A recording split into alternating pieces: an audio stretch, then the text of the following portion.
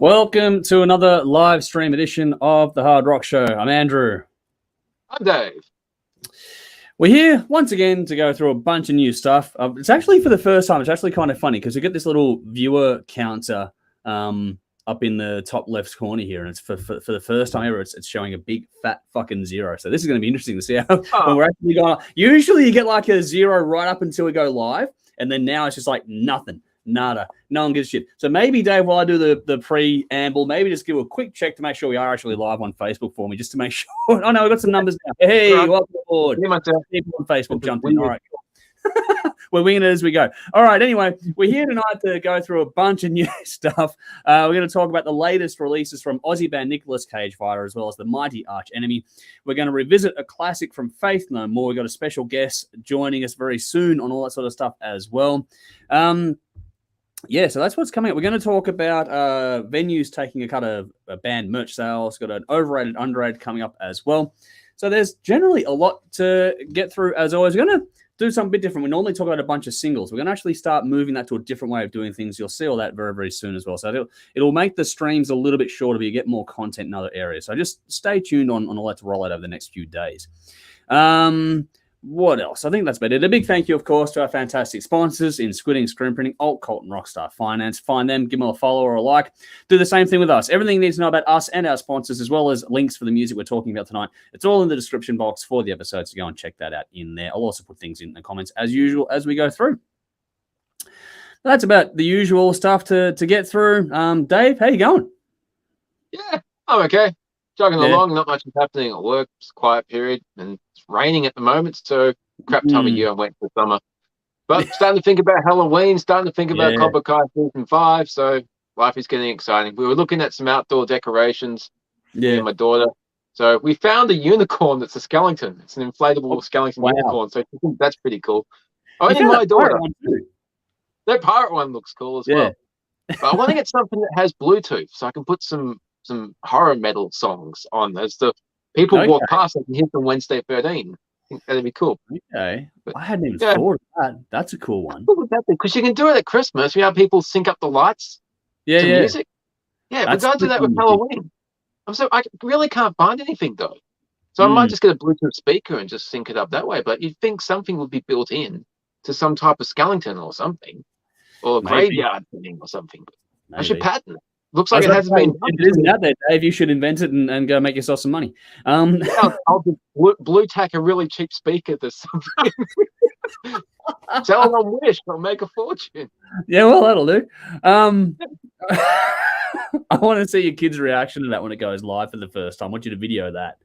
Oh, I'm going to film it. Go. Everyone in the house has been sick except me. Rory had a cold last week. Jade had gastro on Sunday. She was throwing up until nighttime. And Julia's run down. She's been in bed with a bug. She's been sore head and sore body, aches and pains. So, yeah, I'm staying the hell away from everyone, actually, because I got tickets to Kiss next Tuesday. I don't want to get sick. Thinking 3 people have different illnesses. I don't stand a chance. Yeah. So, come fucking Tuesday morning, I'm probably going to come down with every disease known to man. I'm still going to go see Kiss because, damn it, it's the last time. So that is not far away now, isn't it? Yeah, they're playing Saturday, Sunday, and then Tuesday. I got tickets to Tuesday because it is the last time they're going to play in Melbourne. So it works out well. I'll be sad to see it come to an end. Yeah. But, yeah. How you doing, man? Yeah, I'm pretty good, actually. I mean, still getting over this fucking thing myself. I'm coughing and gargling as things go on. You all know why now for a couple of weeks. But that's progressively getting better, which is cool. But otherwise, just same old, keeping busy, doing the same stuff. I was helping out my brother and his partner earlier tonight because they've got friends of theirs. So they've got to try and rehome a dog, which is unfortunately one of those challenging things. It hasn't quite gone to plan. So I'm trying to help them out with that regard. It's a bit of a trickier one, though. There's some issues. So I'll have to try and dig a bit deeper on that one. But yeah, golden retrievers are great dogs. Unfortunately, it's not in the right environment, so I have to try and get that one sorted out. But we'll see what shakes out with that. But everything else around that, it's pretty good. Family's good. I'm good. Nothing much to complain about. Yeah, life is good. It's all pretty straightforward for me. I'm pretty boring, people. Not a lot happens. It's just work, home, do this stuff, and it's the same thing week in, week out. I'm usually just bogged down at the computer editing and reviewing music. So that's what I do in my spare time. I'm pretty boring too, unless I'm setting the factory on fire. Well, that's a true thing, because I'm still going to clip that story, and I was watching that back the other day when we filmed that. I'm gonna clip that, and I'm gonna can you utilize that one? I still want that footage with the Benny Hill music. I know you can't get it, but I'd love to get it, man. Like I can see the whole thing in my head. Yeah, exactly. The Benny Hill music will work fantastically over it. All right. Yes, so we got a bit to get through. We're going to get to the just a bit of random news. Nudes, I know you're here. We'll get to some comments actually first. Let's do this quickly. So Darren's here on YouTube going, hey guys, good to see you, buddy. Sally here, you live. Yes, we are. Thank you for letting us know, though. It's always greatly appreciated. Darren's here too, another Darren. Good to see you, buddy, over on YouTube. And Rowan here, as always, with the horns. Thanks for jumping in. Nudes, I've got one for you in a second, but you're here on Facebook. Good to see you. Same with Terry. Good to see you on Facebook as well. Chris over on YouTube is giving us the horns there. Good to see you, buddy. And Sally's going, hi, guys. You have subtitles for some reason. Is that me? Did I turn them on? We don't turn them on manually. I think Facebook does that automatically for most videos these days. So if they're wrong, don't blame us. We didn't do this on purpose. And here's one. Darren on Facebook is going, too many Darrens. Well, there's 3 people. We have, in theory, 12 live viewers right now, and we have 3 of them being Darren. So that's a quarter of our audience is Darren right now. So let's see how long that lasts for. But then we've got Brendan. Good to see you, buddy. He's over on Facebook giving us as well. So thanks for jumping in. Hopefully you all enjoy the show tonight. We'll get to more things very, very soon. But our Nudes jumped into my inbox yesterday or the day before. I apologize. But he sent me something that's interesting. I didn't even know this was a thing, honestly. Apparently 17th of August, which is yesterday now, unfortunately, so it hasn't quite gone to plan. But it was International Battle Jacket Day or International Battle Vest Day, something like that. I didn't know anything about this one. It was Nudes let us know about it, and he was sharing it from a place called Pull the Plug Patches. That's that's there as well. So I got some more comments coming through. I'll get to those in a second. Darren's gone, and the problem is, well, it's okay for me, I guess. I'll just keep going through the Darren, and Darren. If you know Darren, get him to jump on. It'll be funny though when I say, "Hey, Darren, answer this question." We get 4 different answers. But anyway, that'd be actually kind of fun. We could actually, like, you can imagine like a digital version of Duck Duck Goose with just the Darrens, like. Just something stupid. Anyway, but yeah, there was this International Battle Jacket Day yesterday. Which, did you know anything about that, Dave? Had that come across your way? No, Luke messaged me as well. Yeah. Cool, okay, you got the message too. Yeah. So to honor this one, it's just random bit of news. Let us know. Rowan's gone. Can I be a Darren? Mate, you can be whatever you like online. Don't you know that yet? And Nudes has gone first one. Pull the Plug Patches started it. Great Aussie company. Okay, that's the first one. That's why we're getting all the plug on it now. So Pull the Plug Patches started this. A great Aussie company. Well done to all involved. And that one's the first annual August 17th. So bookmark it for next year, I guess, August 17, 2023. Darren's gone, sure, why not? On the... Can I be a Darren to Rowan? But hey, here's Conrad. Good to see you, buddy. He's going, hello, guys. Good to see you. Hopefully you keep well. It was great having you here with us last week. We're still getting some fun comments on that. It was good fun. So we have a different guest this week, but we'll get you back again very, very soon. I'm very, very sure of that. But good to see you. Hopefully you keep well out there, buddy. But yeah, so just in honor of the International Battle Jacket Day yesterday, give us, if you got it, send photos in, or just let us know what your pride and joy patch is on your battle vest, battle jacket, whatever it is you got. I haven't got one personally. I wear the leather and keep it pretty clean. I don't think have you got one, Dave? No, I've always wanted to do one. I've never actually gotten around to it. I'm fucking lazy. Yeah, well, I'm the same. I haven't got the time. We'll see if our guest has one in just a second. We'll ask him when we get him in. And Conrad's going, thanks for last week. You know, you're more than welcome. It was good fun. We'll do it again soon. But before we get on to the usual stuff, we'll get our guest to answer that question in a minute too. But this week, obviously, we go through on every Thursday night, the release cycle for Friday. It's actually a pretty big week this week. So let's see what's coming out tomorrow or scheduled to. If these don't come out, don't blame us. This is what's actually in the schedule. We have Alpha Wolf Holding Absence, The Lost and the Longing. It's a split EP. You got Conan releasing Evidence of Immortality. Crown are releasing Live from Studio Grundal. Dead Sea Ruins, Melbourne band. They've been around for quite a while now. They're releasing their new album, Shockwave, tomorrow. Devil Driver are releasing Clouds Over California, the studio album. So that's a collection there. That's a 2003 to 2011 box set. Five Finger Death Punch are releasing their new album, Afterlife. Hammer King have got Kingdemonium. Heilung have Drift. Holding Absence and Alpha Wolf are releasing The Lost and The Longing Split EP. I thought it was covered before. So that's funny. It's gotten two fucking listings on the one thing. There goes my editing skills. I Prevail are releasing True Power. True Power. The Occult are releasing their self-titled debut, I believe it is, from memory, The Occult. Then you got Orthodox with Learning to Dissolve. Pelican, Australasia release. I don't know anything about that one, but it sounds interesting. Pistols at Dawn are releasing Ascension. Russian Circles are releasing Gnosis. Silver Sun Pickups have got Physical Thrills. 6x6 are releasing their self-titled album. Soilwork. The Mighty Soilwork have their new one, Overgiven Hairton, coming out tomorrow as well. Spite with Dedication to Flesh. Spirit Adrift are releasing 20 Centuries Gone. Thunder Mother, another band we love here to death, are releasing their new album, Black and Gold, tomorrow as well. And finally, we have Tyrants of Chaos releasing Relentless Thirst for Power. So is there anything there that sort of grabs your attention, Dave? Yeah, there's a few that do. Thunder Mother, definitely give that a listen. Mm-hmm. Five Finger Death Punch. I listened to my first Five Finger Death Punch about a week ago. I've heard a song here and there, but never actually listened to a full album. They're fucking good. I don't understand why they cop the hate. So yeah, I'm definitely gonna give this new one a listen. And of course, the Mighty Dead City Runes.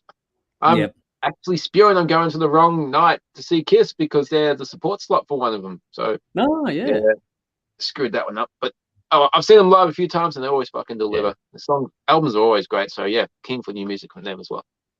First album with a new vocalist as well, which would be pretty cool. Yeah. It's that vocalist that does all those different styles of singing on YouTube. Yeah, he did the YouTube stuff for a while. Yeah. He's good. Yeah, he's a very, very good vocalist.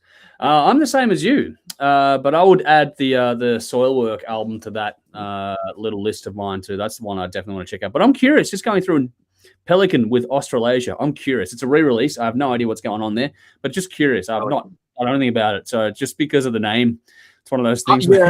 I gotta know what type of style fucking band called Pelican are. Exactly. With a title, with a release title, Australasia. So that'll be interesting. Cool. So that's what's coming out tomorrow. Let us know in the comments out there what you're keen to check out with the release list coming out tomorrow. Back onto the vests for a second. Nudes has got Party Cannon on mine. Save lives. And yes, they very, very cool. Party Cannon are a fun band. What do we got here? Darren said at school there was four of us in the same class when it comes to the names. Maybe you're all the same people. Nudes has plugged the patches. There we go. There's a good plug all around. In the comments on Facebook. So if you're keen, go and check out more there. Sally's gone. Battle Jacket looks a bit butch for me. I framed it in 98, got rid of it in 2004 just for Dime died. Wow. That's cool. Nice one. Darren's going to agree with you both on the releases. So we've got a pretty common theme there. I'm going to pick one of those ones to put in the stream next week. So that'll be a challenging one to go through. But before we go any further, how about we bring our guest in for the evening? What do you think, Dave? Yeah, let's do it. Let's bring him on. Hot seat. All righty. Everyone, give your digital hands a big, nice warm-up for our good friend Jeff, who's jumped into the stream right now. How you going, mate? Very well. How you doing? Good. Fine. Good to finally get you in. Hey, thanks for having me. It's been, I've been looking forward to coming in and spreading my little evil around. Yeah, it's good. You'll fit in well. That's what we do. So thanks for having me. You're more than welcome. Now, the fun part about this is that Dave not noted straight away that you were in the rush gear, just to give Dave a bit of up tonight. But the funny thing about that is the last time you were on the show was for a TV broadcast dedicated to that band. That's very come back similar. Years. Yeah, it was. You guys did that Rush special, which I'm still waiting for you to make. Actually, I've got to try and do the full edit. Yeah, it's one of those things. Unfortunately, yeah, but if you deleted it and you don't want to just tell me, that's fine. I understand. I've got it, mate. You have no idea. I've got everything we've ever done on file. It's just I've got terabytes on terabytes. I need a fucking server. It's crazy. So yeah, I have a lot to edit and get through.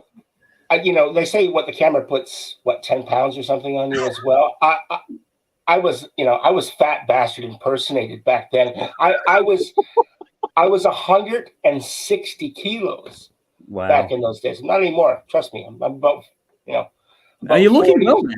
I'm about 40 kilos less than that. So, Nice. Well yeah. done. Credit Thank where you. due, mate. Thank you. Yeah. But yeah, great. Rush. Yes. We have the all-time Rush legend with us here because your collection is second to none. I will get that edited and released as I know that you and my John, collection is second to none. Actually, there Yeah. was as you guys saw, it. I showed you the actual. I have, I don't want to tell everybody where I live, but I have the Right. original pressing of Rush's very first LP that they made themselves. Yep. It's in mint condition. You guys all saw it. Yep. Good photos too. I took it out. Let everybody touch it, very carefully. I remember Dennis was like, "Can I touch it?" I mean, yeah, share One of the below. things that wasn't Yeah. completely wasted. But so I do have that. And when I was back home in 2013, back because I'm from Canada originally, I brought it with me, and that was my carry-on. I would not let that box out of my sight. There was no way that was going through baggage handling. Are you kidding me? Yeah, fuck that. That's right. Don't blame you at all. No. No, absolute pleasure to get you on. Now we will get to we got some more comments. I'll get to those in a second. But what on that little release list? Did that anything there grab your attention in particular, Jeff? Yeah, the 5 Finger Death Punches, Dave. Yep. I've heard songs here and there, and I've never gone, I've just sort of a little bit on the fringes. That was probably the one, and Soil Work, of course. Soil Work is, they've been around for a while, so yeah. And I quite like them. But yeah, that was pretty much. There's a lot of stuff on there I just never. I don't even know who they are. I mean, I'd love to find the time. I would listen to all of it. It's like finding the time. Forget it. That's the thing, isn't it? No, the thing with 5 Finger Death Punch is that one of my daughters and I are both absolutely love that band. So it's very, very easy for us to get into that one. When they drop a new album, we're both always very keen to go and check things out there. Now onto the battle jacket thing for a second there. Do you have one, Jeff, or have you ever had one? Yeah, I have had one. I don't have one now, but I did have one many, many years ago. It was a denim one. It had all the stuff on it, and I wore it with pride. I think my mother eventually threw it out, to be honest, because I wouldn't let anybody. I wouldn't wash it because I was worried that the patches and stuff were just going to fall off or fade, and so it got to the point where it stunk so bad, and I went look for it one day and I couldn't find it. So who knows? I think your guess is pretty accurate. Yeah, that's exactly right. So, oh well. But what do you do? Not a lot, unfortunately. It is one of those things. Quickly though, DB, he's here. He's going AC/DC back patch. It's a real military battle jacket too. Nice. That's very cool. That's cool. And he's on. Your guest has superb taste in music. You're already getting some love there, Jeff. Well done. Thank you. Man family, good to see you guys. Had the battle dress jacket back in the day, made on the back, a few other badges. Nice. Cool. But here's a question. Oh, sorry. Chris is also saying Soil Work and 5 Finger Death Punch for me, so they're both proven to be pretty popular there. Yeah. But Nudes has a question for you, Jeff. As someone who has never listened to Rush, where would you suggest I start? Wow, that's a really interesting question because Rush is such a diverse band. Like when they started out in the 70s, their first album, without Peart, was, if you like Led Zeppelin, give that first album a listen because it's very Led Zeppelin flavor. Yeah. And then of course they sort of went through their prog phase, and that really ended I would say that ended 80, maybe 81.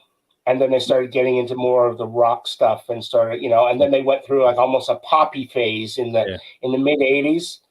And then they went back to the hard rock as it started getting closer to the 90s. And so it just depends on what you want to listen to. If I could pick one era, believe it or not, I prefer, I get crucified by some Rush fans, but I actually prefer their mid 80s stuff. I just like that. Hold Your Fire is my favorite album.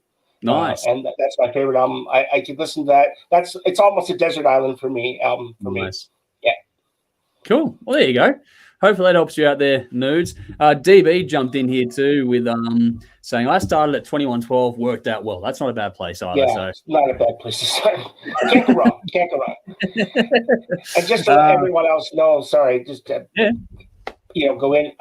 Going back to Rush, there's probably a lot of people out here that love Rush. I was very, very lucky to have seen Rush live twice in the same week in 2 separate cities. So I traveled from one city to the next to get them.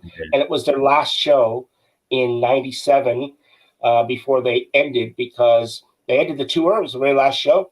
And then within, like, I guess 3 weeks, a month, Neil Peart's daughter was killed in a tragic accident. And then shortly after that, his wife died of cancer. And so the band went, we're done. So I was like, wow, I still have the tickets, you know. I've seen the last, I thought I had the last show ever. I was just lucky, you know. But there is a YouTube concert of that's on YouTube. It's Rush in Toronto, and in 1997, and I was at that concert. So if you guys want to watch a great concert, I was there. nice plug. That's cool, man. Yeah, why not? Why not? You hear? That's the point. No, they went through the ringer for a bit there, those guys. They did. A quiet little segue here. It's been announced tonight that Electric Mary in Melbourne have cancelled their upcoming Europe tour. It was supposed to start next week due to one of their members, their father, is currently very unwell in hospital. So best wishes to all involved in that one. Yeah, but Electric Mary have pulled the pin on the tour to allow Pete to be at home with his dad. So, best wishes all around in that regard. But, yeah, just as a quick little segue there. But, yeah, all the best to all involved. What do we got here? So, Conrad's gone. Great to see another Rush fan as big as me on here. So, that's all right.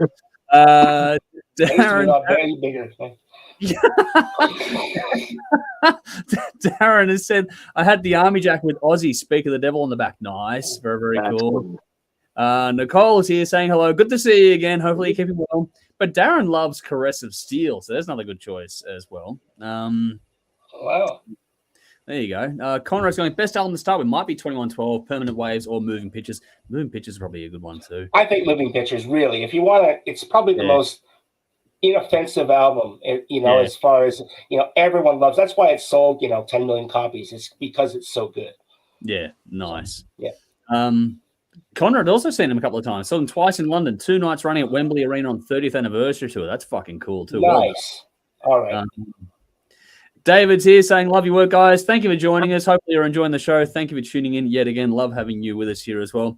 And Brendan has said, send a pic of my jacket to your Insta. Cool. Thank you. Anyone that sends pictures through, we'll put up a post on our socials later on. We can't do it on this platform. I haven't worked out how to do anything like that at this point in time. But we'll definitely, if anyone wants to send a picture of their battle jackets or their patches or whatever it is they've got, then send it through, and we will do our best to stick it up online in the very, very near future. I haven't gotten around to doing this one yet, but we actually got some custom artwork done up as someone just sent it through to us for our 10th anniversary the other day. So for the TV 10th anniversary, so I'll get that one and dig that out as well. But there's a few things coming through. So send them through, and we'll stick them up online for everyone. Alrighty.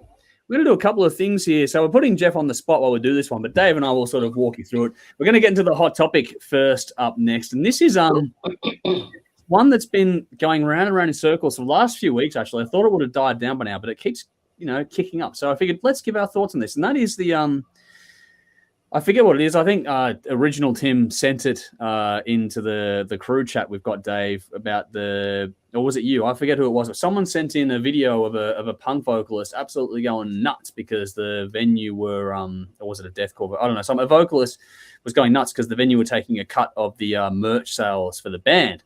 And turns out that when that happened, people didn't realize just how common that concept was. It's actually remarkably common. So the question for the hot topic tonight is, what do we think about venues taking a cut of merch sales from bands at their live shows or their tours or whatever else have you? And it's a pretty self-explanatory one, I think. But Dave, what do you think? Yeah, I think that's fucked. I mean, in a word, that's fucked. I mean, come on. Yeah. The bands are making next to nothing when they're performing anyway. The venue gets the money from the door. They get the money from the bar. If the band's lucky, they might get a percentage of the door depending on their statute. So what the fuck are the venues taking money from the band's personal merch for? I mean, if this is common, I would just set up the boot of my car and tell my fans to go out and buy from there. It's not a bad idea.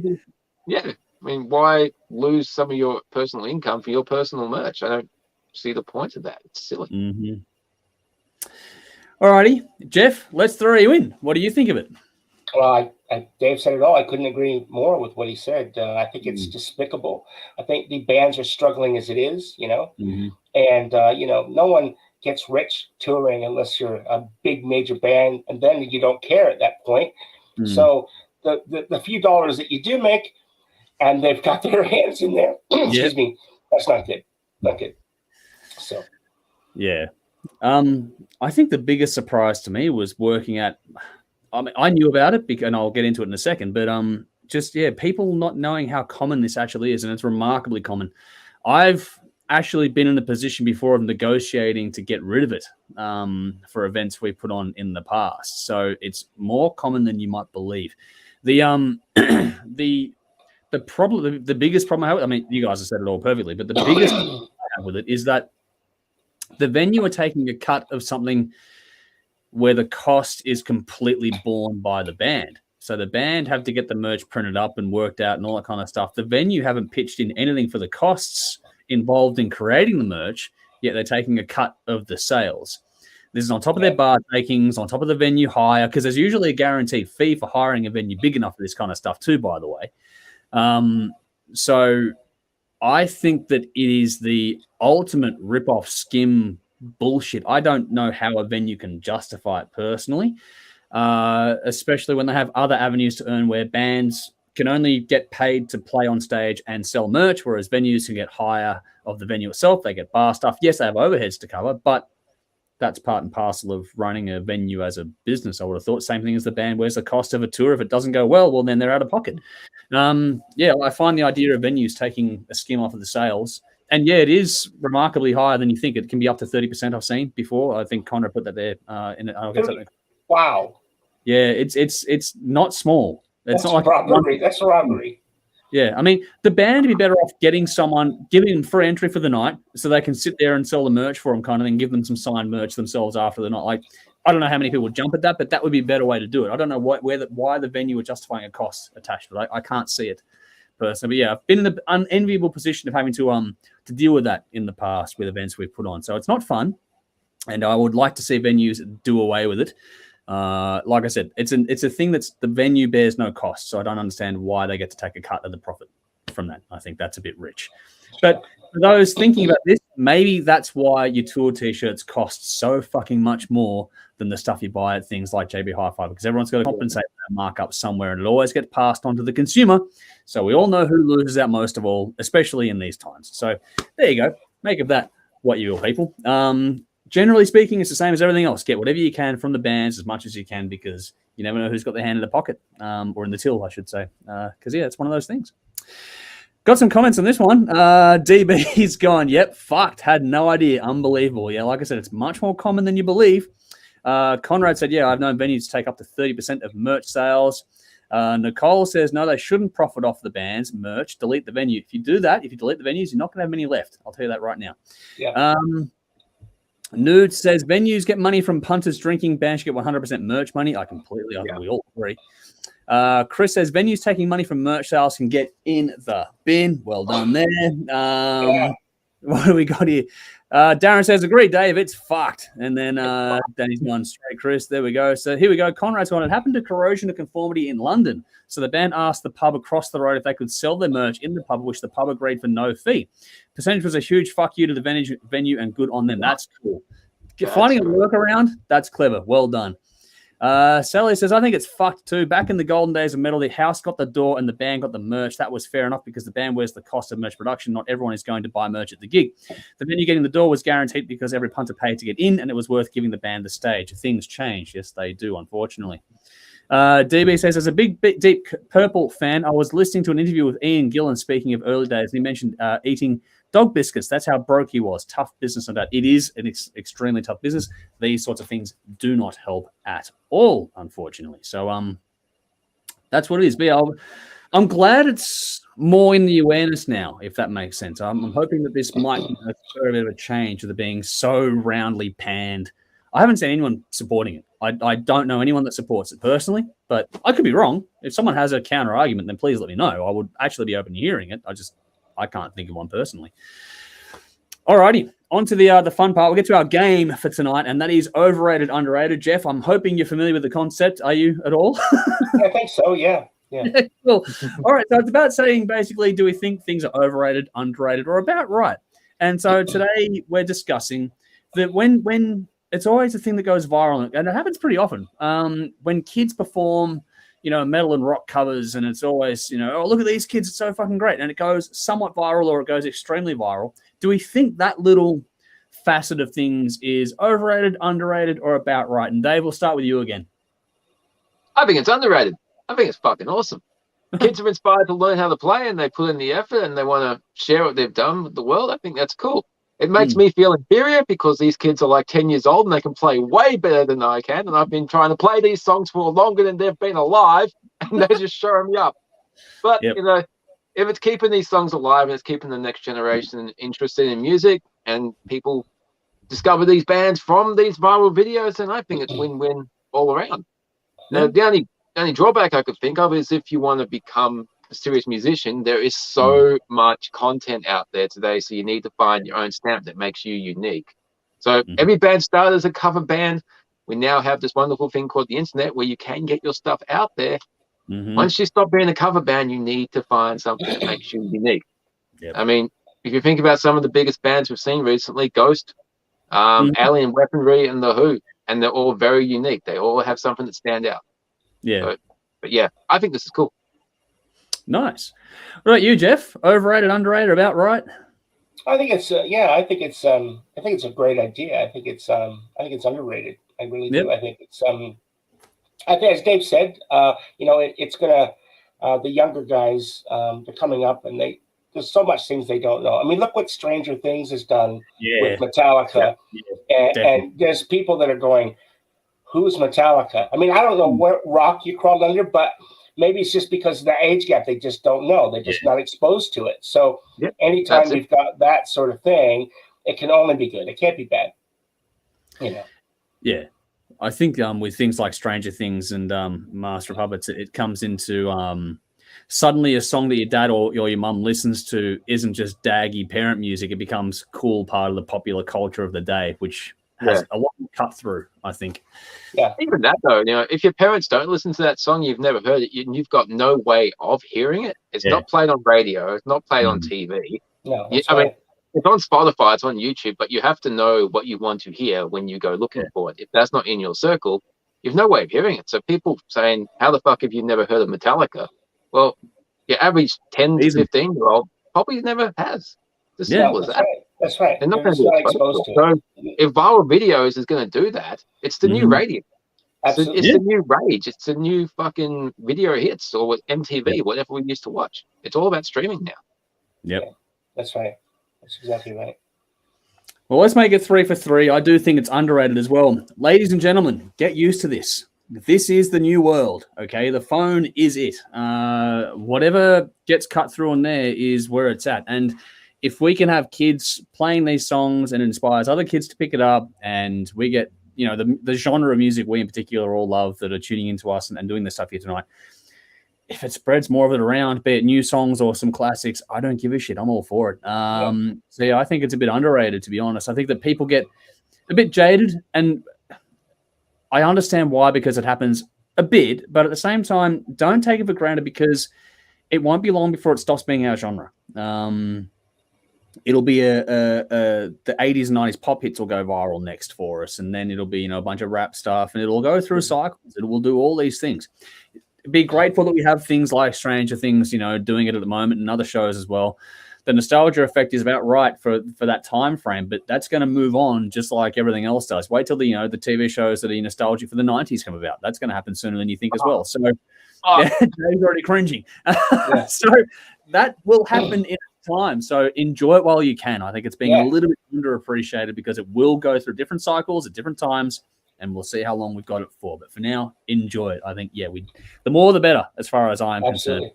Have you heard what's happening with Metallica now and this whole backlash that's happened. There actually is people that are trying to cancel Metallica because many years ago there was some pictures of Metallica doing the Hail Hitler sign, and they were just joking around. Someone took a photo, and now they're saying, this cancel culture thing is saying, let's get rid of Metallica. Well, good luck. Good luck. Well, yeah. Good luck. Good luck. I think it's there's a lot of nuance to be had in that conversation, which is easily lost in the online world. So it's unfortunate that it is that polarizing. We're in that phase of it at the moment. It's in its infancy still in a lot of ways. I think it's all that sort of thing. When it comes to cancel culture, people might disagree with me, I don't know, but we always overcorrect before we find a balance. So I think right now we're still in the overcorrect phase. We're going too hard, and then a lot of things. Yeah. Give it time. Absolutely. I have kind of my own take on cancel culture. I think that cancel culture has sort of been hijacked. I don't like the term cancel culture. I like it. How about accountability culture? If you do some stupid shit, you should be held accountable. Okay. Yep. And that's, but there's people that hijack it, and there's people that, they have their own agendas. So yeah. Good. And I think remembering the context is important too. It's about the intent. It's not about the actual. People have to remember it's more. I think. Yeah, accountability culture is a much better way to put it. I agree with you completely, Jeff. But also, I'd like to say more about the intent of the act versus the actual act itself. People fuck up all the time. Anyone that says that and got everything right, good fucking luck to you. Yeah. I sure should haven't. There's some shit we've said online or on TV or whatever else that's like, wow, okay, we got away with that. Guilty. Fuck. And things get taken out of context as well. Like you can just something, and they could have a quote, and then they'll quote mine. They'll take 3 words from that sentence that you said, and then they'll run with it. And that's the problem. The saving grace for us is that we release everything. So it's like it's all there. Go nuts. So the context is there for anyone that wants it. But no, that's where I think that part of the conversation gets a little bit lost as well. That context and the intent of what was being said. It's one thing to want to hurt someone or upset someone. That's different. Yes, hold them to account for that. When someone just fucks up, it's a bit of a different game. Don't need to, rip them apart for that. But anyway, that'll be a long conversation to go right into the weeds. That's another show. You could get into a whole show on that. We can do a show on that. That's right. Yeah. Let's get to some comments and move on to things. Nude says underrated. Even if they sound bad, they're having a crack. Beats being a computer gaming dumb bum. So there we go. There's some love there for them. What we got? Darren says some of those kids are brilliant, totally underrated. Nice, getting a lot of love for it now. Yeah. Robin says, I remember seeing Max Ostro playing Malmsteen flawlessly back when he was in his early teens, and Tina S. effortlessly playing the most difficult guitar songs in her mid-teens. Mate, there are some talented fucking kids out there that blow us all out of the water. Man family say, some young fellas are going to support KISS. Good stuff. Next generation of rockers. And that's the cool thing as well. There we go. Nicole says, cancel culture is out of control. There we go. Rowan says that sort of virtuosity of it is its own sort of fun to see online. And that's a good point too. I think we should actually really appreciate the talent that goes into that too. I think it's more important that don't worry about the negative side of things. Let's just actually appreciate, my God, that's fucking cool. It doesn't matter what it is, if it's science, if it's music, if it's whatever. If someone actually, to get away from the cancel culture thing, we should celebrate success and things that people do well would be a good counteract. Yeah. That would be so good to get back to. It'd be great to actually, not criticize success like so many people do these days. It's like, you're successful, you suck, you're privileged, you're fucking. I hate it. I chop the tree down, exactly. Something. Congratulations, well done. You worked hard and you achieved something. Yeah, Jeff. Here's one for you, because there are some, comparisons culturally speaking between your home country and us here. Tall poppy syndrome. I think it's pretty uniquely Australian. What's your read on that? So if anyone didn't know, I come from the land of ice and snow. I came from Canada. So, I think there's similar. There's a lot of similarities between Australia and Canada. And I've often said that, I've been lucky to live in the 2 greatest countries in the world. That's what I think. The tall poppy syndrome. I think that's Aussie thing more than a Canadian thing. I do think so. I don't know why. And that's just my opinion. So it's weird, but yeah. I saw someone mention corrosion of conformity a little while ago in the thing, and I just wanted to say I saw corrosion of conformity, and you never guess who they opened up for. They opened up for Bon Jovi. Wow. Really? Wow. Yeah. Yeah, I saw Bon Jovi and Corrosion of Conformity opened up for them. Yeah. I saw Corrosion and Terror. I know. This was like I think in 93 or 94. So Bon Jovi was like riding high on that wave of the Jersey album. Yeah. Yep. Yeah. Wow. Fucking hell, there's a trip. Yeah. What else we got here? Conrad says the fucktard woke bitch of whom wants to have Metallica doesn't realize or know that Metallica's first guitar player, Lloyd Grant before Mustaine, is black. Well, there you go. Man Family says almost the entire punk scene would have been cancelled as the whole genre challenge. Yeah. That's a good point too.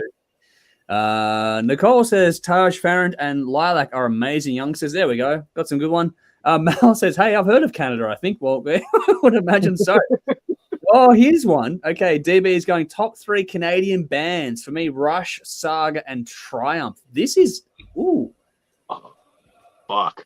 Jeff, we'll start with you. Well, obviously Rush. Triumph, yeah, great Canadian band.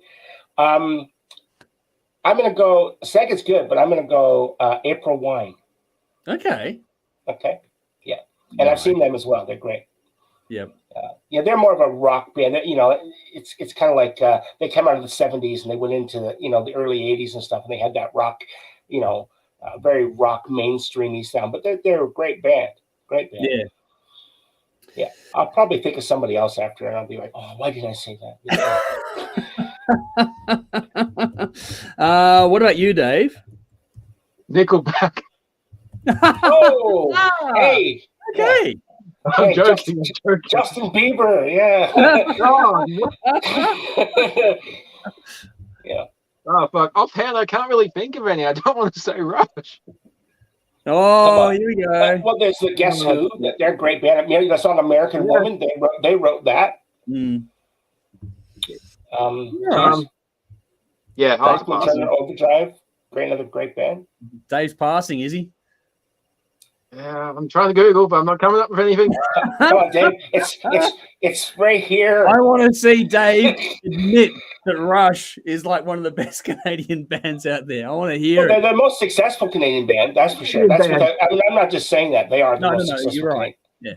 Well, Canada produces Rush, and then they produced Nickelback. What happened? Different generation. But, I'm sure one, Rush influenced those guys. Yeah. But that's good. Fuck it. I'm actually a Nickelback fan, so I reckon they're up. Okay, jokes aside, I do like some Nickelback.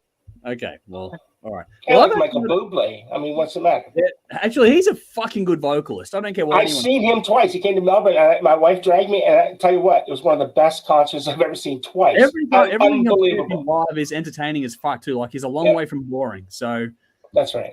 Talent where due when someone's a great vocalist. For mine, James LeBray, solo. He's from Canada. How about the strapping young lad guy? What's his name? Devin Townsend. Great Canadian. Yeah, that's it. He's a great Canadian as well. Yeah, for sure. Well, that is one of mine. So Devin Townsend. I think Rush, Nickelback, all those bands are up there. But I'm also going to go and throw out there maybe Danko Jones and the Tea Party. Oh, the Tea Party. Yeah. Great. Yeah. Saw them in Melbourne. They were amazing. The live album, they got the Reformation Tour in Melbourne. I was there for that. It was great. There you go. But another band, I wonder if you've heard of them, Jeff, Our Lady Peace. Oh, yeah, I sure do. Superman's Dead. Clumsy. Yeah, great band. That album is just fantastic. I think it's Clumsy, the name of the album. Oh, what an album. What an album. Good. Yeah. So there you go. Dave, you can go and do some, self-educating now. Yeah. Voivod, yes. Yeah. Never saw them, but when I saw Ozzy, the drummer for Voivod was right behind me. So we had a chat. That was in Montreal. So I saw Ozzy in Montreal. Of course, they're French. And he was there checking out Ozzy. Yeah. And I just happened to turn around and I'm like, geez, he looks familiar. And then I'm like, hey, how's it going? Yeah, exactly. So, that was cool. Nice. I'm not your buddy guy. He wouldn't remember, but I did because it was cool, right? That's cool. Yeah. A lot of interesting stuff coming out. So, let us know, people, what your top 3 Canadian bands are. This will be interesting. Back onto things. Conrad says, I hate the whole total poppy syndrome here. I think, that can go in the bin. Rowan says, I can't think of a top one Canadian band. Well, good luck with that. Conrad says, Rush. Oh, Annihilator. Oh, yeah.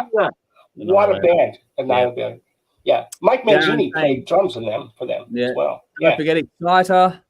Bell, you and I are on the same wavelength with Tea Party, that's for sure. DB says, check out Saga. Okay, I'll have to. Amazing prog band. Don't know them. Have to check it out. Oh, here's one. I forgot these guys. Sally says, Unleash the Arches. They are. Jeez. That's a good one too. You guys are good. This is great. Here you go. Dave, homework for you. Go back through. We should do like a Canadian special at some point. There's a lot of Canadian love. Thanks, guys. Yeah. Wow. Yeah. Fantastic. Fantastic choices here. Yeah. Nicole says there was a band called Rainbow's Edge or something similar that were great. Brain fade at the moment. I don't know if is that ringing the bell for you at all, Jeff? Or Rainbow's Edge? No, it doesn't. But I mean, I saw the band that James Labrie was in. Winter Rose? Yeah. Winter Rose. Yeah. Winter Rose? I think they called Winter Rose. Fuck, that would have been cool. Yeah, I saw they opened up for Lee Aaron. Wow. So do you know the Metal Queen? And so she's great as well. But yes, so she had the Winter Rose opened up, and I didn't know James Labrie, of course. This is long before he joined, Dream Theater. He was good. I remember, but I didn't think, these guys are great. And I think that was it. They were just like done, after that. Yeah.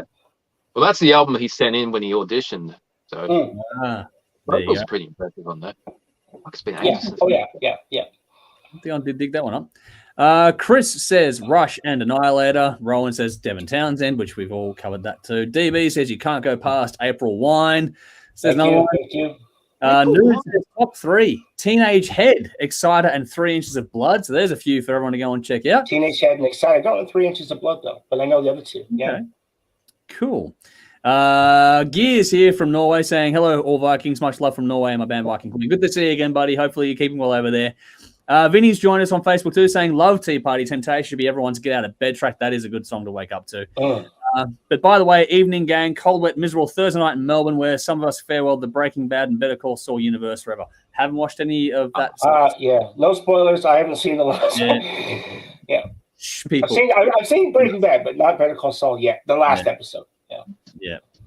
But Darren says Unleash the Archers are brilliant. So he's got a lot of love for them too. They were going to do they had some issues going on. Well, hopefully that's all resolved now. Great vocalist in that. I mean, the whole band they're musicians. Like there's a video that they do, and I forget what it's called, but wow, it's just amazing. Yeah, no, they're very, very cool. But yeah, definitely we should do a Canadian special. That's something that's got to happen, I reckon. Well, I'll be back for that. Yeah, I figured that. We'd have to get an expert for that one for sure. Here we go. Chris is saying protest the hero as well. There's another one too. So there we go, people. There's lots of stuff to get onto. DB Coop says Dave's heard of April Wine. Good man. Well, there you go. Where there was a song of theirs on Supernatural. I just can't think of what it's called. Ooh. Oh, really? There was a song, really, really cool classic rock. So we Shazammed it, and just like April Wine. It's just like I have heard of that band, and I know a couple of their songs. Yeah, they had some hits. They were one of those bands that, for whatever reason, never really translated to the American market. So they were much more Canadian centered. They toured, of course, but they just couldn't break Rush could break the American market. Triumph to some extent. Obviously, April Wine just wasn't able to. Yeah, that happens. Unfortunately, it does happen. Things. Yeah. What do we got? Oh, here we go. Darren says Anvil. There's one we haven't even mentioned. Oh, how did we not say that? Thank you. Yep. That's great. There's the Captain Obvious for us all. There we go. Off we go. Well done. Thank you very much for putting us back in our box there, Darren. That's very well done. And Rowan says, I like Protest the Hero. So we're getting a lot of love for a lot of different bands here. But yeah, definitely some good ones to check out. Alrighty. Let's get to the real reason we've got Jeff with us tonight, even though this is all a great lot of fun. We're having an absolute blast. We'll do this one again for sure. But in the comments, I'm going to share a little tune for everyone to go and check out. I'm pretty sure a lot of you know this one already. If you don't, then you're going to get an education in a second. This is a classic track from an all-time great band in Faith No More. The classic track is Ashes to Ashes. It comes from the album of the year. So that is going to be our review for this evening. And we've got Jeff joined us for that one in particular tonight. So that's where we're going to kick things off on the review side of things tonight as we start to work our way through this little episode here. So in the comments and in the description box, you'll find a link to Faith No More with Ashes to Ashes where we get stuck into this one. So this is Faith No More with Album of the Year. This is 12 tracks for 43 minutes. The sixth studio album from the American band released June 1997 via Slash and Reprise Records. Produced by Rolly Mosiman and bassist Billy Gould at Brilliant Studios and Razor's Edge Recording in California. 3 singles were released, including Ashes to Ashes and Strip Search.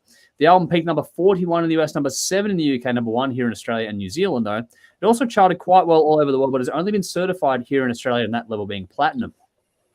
This was their first with guitarist John Hudson, will be their last until Sol Invictus in 2015, so a long break coming up after this one.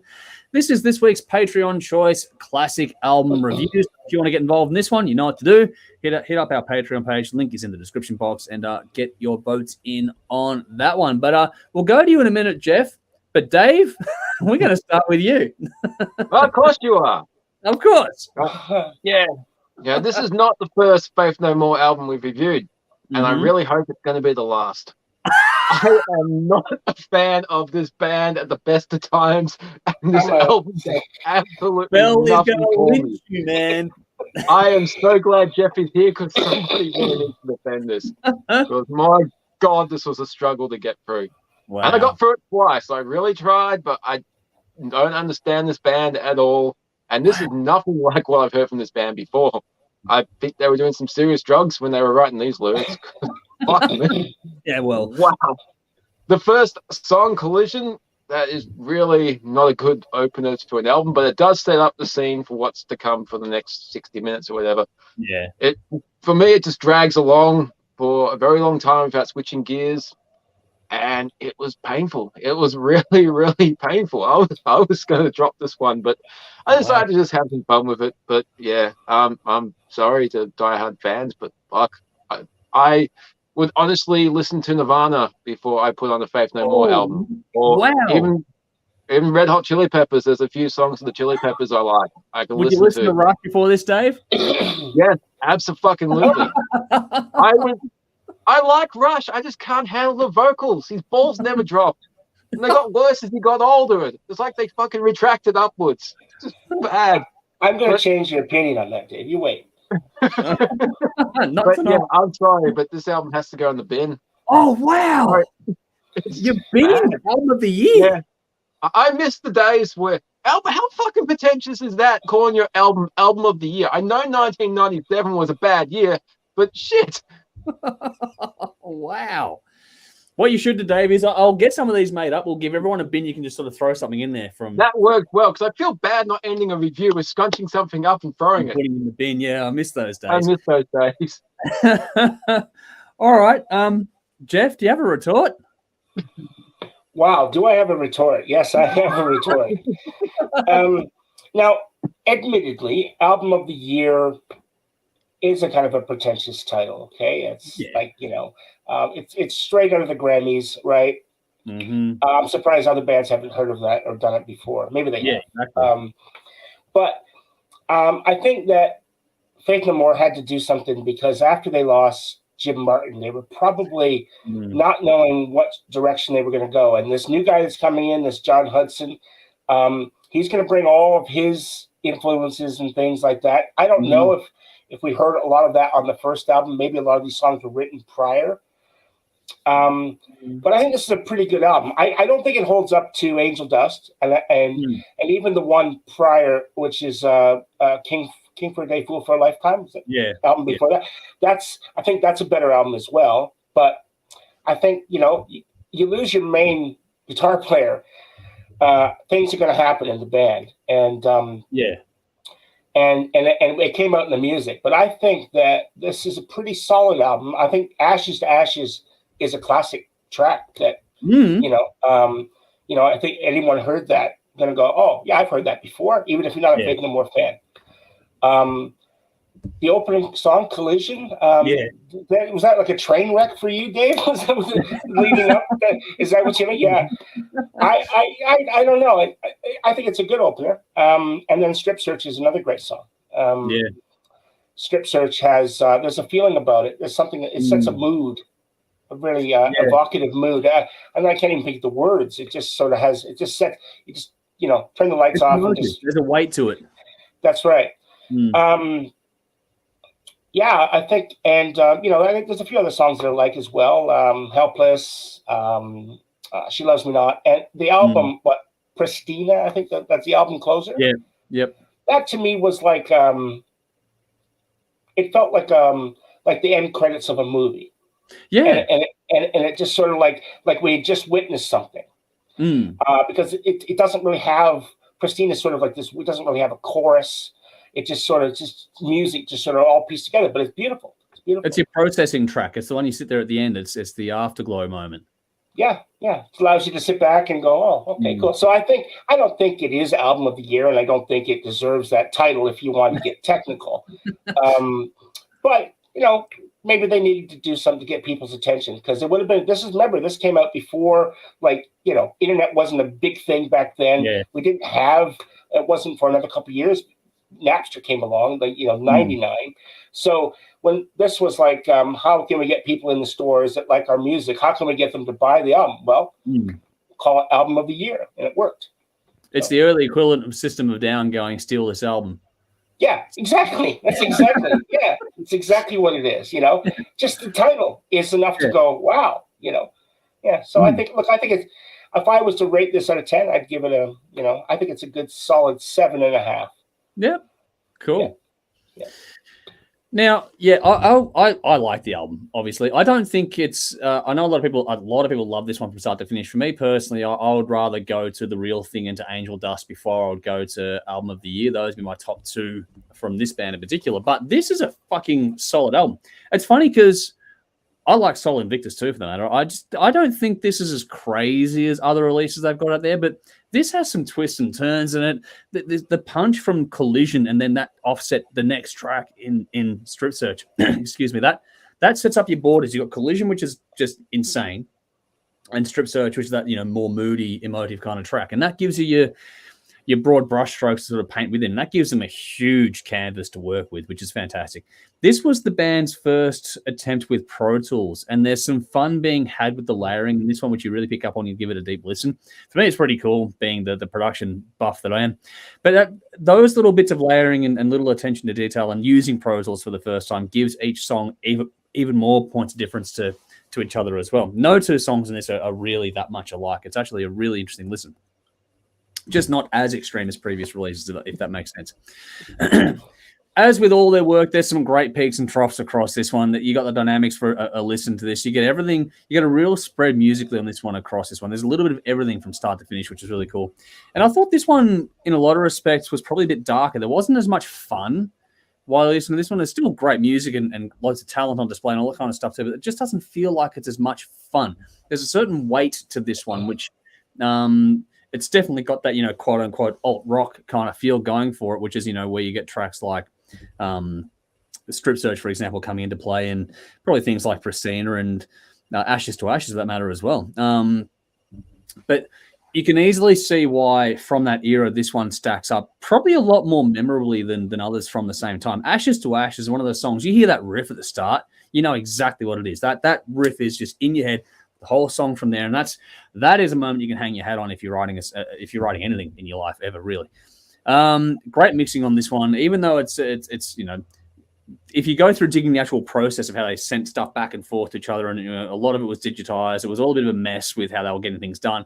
It's come up really, really well. I love the way this actually, when you really dig in, you understand how much, like there was one song they moved the verse to the chorus or with the drums and that they went ham on the Pro Tools side of things, and the way it still feels organic is really remarkable on this to me. It's one of those ones where they did a lot of computer work and it feels organic, which is brilliant.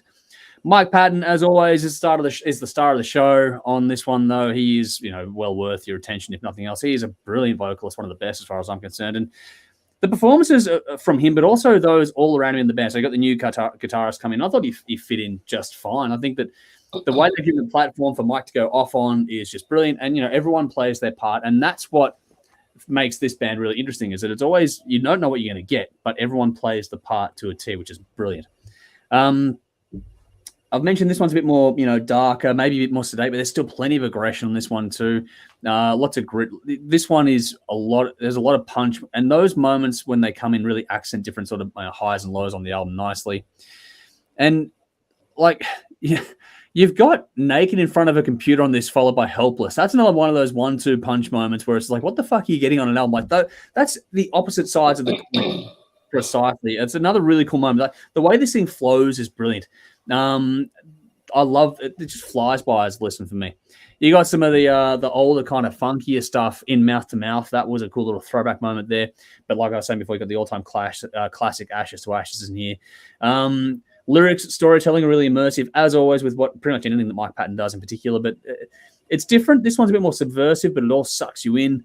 And not a heap of solos in this one, but when they do come through, they really do serve the songs nicely. Like I was saying before, everyone serves, does their part to serve the song really nicely. It's funny, I'm going to contradict myself. I said before it wasn't as much fun as other albums, but there is some more fun in this than you might expect. Got That Feeling is one of those moments that puts a bit of smile on your face for me. If you like a little bit of an oddball kind of a listen, this is one to check out for sure. I understand people like Dave, who this band is a bit of a struggle for some. I love them. I think they're fantastic. I don't get tired of any of their stuff. I love all their catalog, including the stuff with Chuck. This is a good little album. Not as good as the highest for me, but it is still really fucking solid. So I'm going to give it an 8.5 out of 10. Ashes to Ashes, Collision, and Mouth to Mouth are going to be my absolute standouts on this one. So there we go. Now let's see how roasted Dave gets in the comments. Shall we? Just for a bit of fun. It's going to happen, Dave. Yeah. Here we go. Conrad says, how do I attach photos in the Facebook's comments as you don't have... You can't really do it in the comments here, I don't think, Conrad, unfortunately. You'd have to sort of inbox us and then we can sort of do things, unless I don't know how that all works, especially in this one. Okay, Mike's coming with a random comment here. Sorry, random, but Kings of the Sun will be my favorite Aussie hard rock band. That's probably a different topic for another time. We should bookmark that one and go, okay, favorite Aussie bands for another time. I'm going to write that down. Yeah, write that down. Nicole says, nope, me either, Dave. Okay, well, we're first off, instead of Dave getting roasted, we're getting support for Dave. Ooh. Not as much fun as I hope. Rowan says, I haven't listened to this album for a while. So I usually go back to the earlier albums. I was a little worried that I might be disappointed, but I actually loved it. Gave it 3 listens today. Very nicely done. It is easy to spin back to back. DB says, I don't mind Faith No More, but the problem with the genre is it's not aging well. I think it's aging better than a few other ones, personally. I like the difference. But, hey, everyone's different. Rowan says, musically, this is nowhere near as interesting as the earlier stuff, but for atmosphere, this is great and a lot more interesting than Soul Invictus. There you go. It's atmosphere is what this album is all about, and I think that's a good point. Mel says, wow, Dave, that review is pure brutality, worse than Nirvana. How is that even possible? There we go. What do we got here? Yeah, Rowan says, got the wrong order there. King of for a Day came out after Angel Dust. That's true. I went back and that's why I put the real thing and Angel Dust for mine. What do we got? Rowan says, Faith No More themselves don't like this album now. That's true, unfortunately. They're not huge fans, but which is a shame. But Darren also said, I don't mind this album, not my go-to. I prefer Angel Dust. We're going to get a few of that. Rowan also says, Dave and I have a lot of overlap in our likes and dislikes. On Faith No More, we're completely opposed. I agree that Collision isn't the best opener. I reckon it's a fantastic opener. I like it too. Yeah. I think it's a good opener. I think it sets the stage. Yeah. Yeah, it does. Nicole says, oh, shit, the band was called Prism. Where did Rainbow's Edge come from? I have no idea. Okay, back to the case. Prism, yeah. Look, I know Prism very well. Prism's a great band. There we go. Armageddon, Taking to the Captains, Spaceship Superstar. Yeah, fantastic. Cool. There we go. Some love for that one as well. Well done, Nicole. Rowan says, Ashes to Ashes was stuck in my head for months after this album came out. That's one of the reasons why that album did so well in Australia. It was constantly on radio play here and on TV coverage as well. That clip got spun every Saturday morning on video hits and all that sort of stuff. Yeah, I love it. But here we go. Not safe for work comment, folks. Rowan says, coincidentally, I am naked in front of the computer. That's why he's not on the show tonight. I don't have a live function. I might have to invest in one of those at some point, I reckon. Here we go. I knew this was coming. Bell, Dave, doesn't switch gears. What the fuck? You just pretended to listen to it, didn't you? Album of the year. Album of the year as a title is pretentious, maybe catchy and clever. Definitely. I think it's such a groovy, cool, creative album. Not their best, but so enjoyable to listen to. Well put, Bell. That's a good point of view there. Darren says overshare alert, Rowan. There we go. Chris says Faith No More can do no wrong for me. There we go. You're on the same page as me, my friend. Oh, I even like Soul Invictus, like I was saying. But Vinny says I can't say I've ever been a huge fan of Faith No More. A few awesome tracks, but it's never been subconsciously ensconced in the back of my mind, in front of my mind when I'm randomly streaming on a playlist. So there we go. They are one of those bands that you either got to love or hate. It's not love hate, but it's love or ignore. It's one of that kind of. Exactly right. I'll ignore them. Here we go. DB's going album of the year for 1997 was Spice Girls. So that might be. There you go. Yeah. Might be disturbing. And this is a better album than anything they did. Yeah. Yeah, exactly. Please, Dave. You have to agree with that. I'll agree with that. Didn't I'd be booting you. So I'd be booting myself. Yeah. And the naughty room, Dave. Naughty room. Yeah. What do we got here? Another. What we got? Mike says "Ashes to Ashes" and "Epic" are probably my favorite Faith No More tunes. There we go. There's some good company, those two songs. All right. I think that about does it with Jeff, unless there's anything else you wanted to add there. Have you listened to Arch Enemy, or have you not checked out the new one yet? Oh, yeah. No, I have listened to the Arch Enemy, and I really like it. But you know what? I think there was a lot of hype. I was waiting for this album for a long time, obviously. Yeah. I think it's been 5 years since Will to Power. Mm-hmm. And I like Will to Power more. Maybe it's just because it had time to grow on me for a longer period of time. And so I'm just going to keep listening to it. I do like the new album. Don't get me wrong. I like it a lot.